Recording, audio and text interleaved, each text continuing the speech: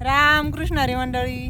बघा आमची चालू आहे कपाशीच्या तूट तोडे बाद लागवड. तुमच्याकडे काय म्हणतात? तूट लागवड म्हणतात की तोडे लागवड की बाद लागवड?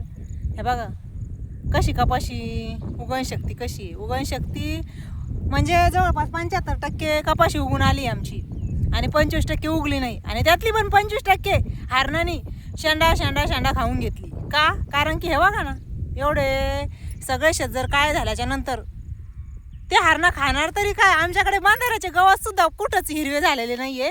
आणि तुम्हाला सांगते कुठेतरी चालू आहे काय जांभळाला जांभूळ कमी लागल्याच्या नंतर पाऊस कमी येईन म्हटल्याच्या म्हणतो, म्हणून असं काहीतरी आहे ते चालू झालंय ट्रेंड की म्हणून पावसाला राग आलाय आणि पाऊस खूप जास्त बरसत आहे.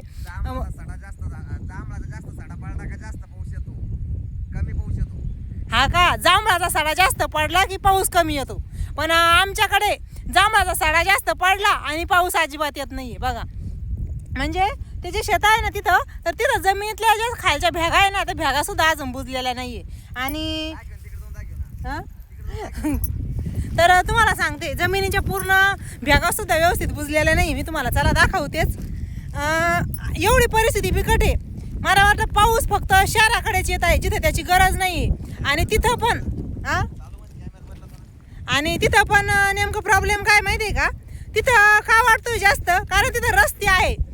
पाऊस कुठं जिरत नाही ना, आणि शेतामध्ये पाऊस पूर्ण मातीमध्ये जिरतो, म्हणून आपल्याला असं वाटतं की तिथं पाऊस कमी आहे. पण मला वाटतं पाऊस सारखाच असेल, पण तिकडं पूर्ण नद्या नाले रोड सगळे पॅक झाले. आणि आमच्याकडे शेतातून सुद्धा अजून पाणी बाहेर नाही निघले. हे बघा तुम्हाला बॅक कॅमेऱ्याने दाखवते, नाही वाचणार पण हे बघा शेतातल्या अजून भेगा सुद्धा जशाच तशाच आहे.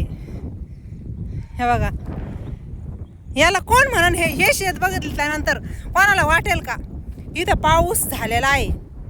हे बघा पलीकडले शेत, त्याच्यात अजून ढेकळं सुद्धा ते फुटलेले नाहीये. हे बघा दिसले, ढेकळं सुद्धा फुटलेले नाही.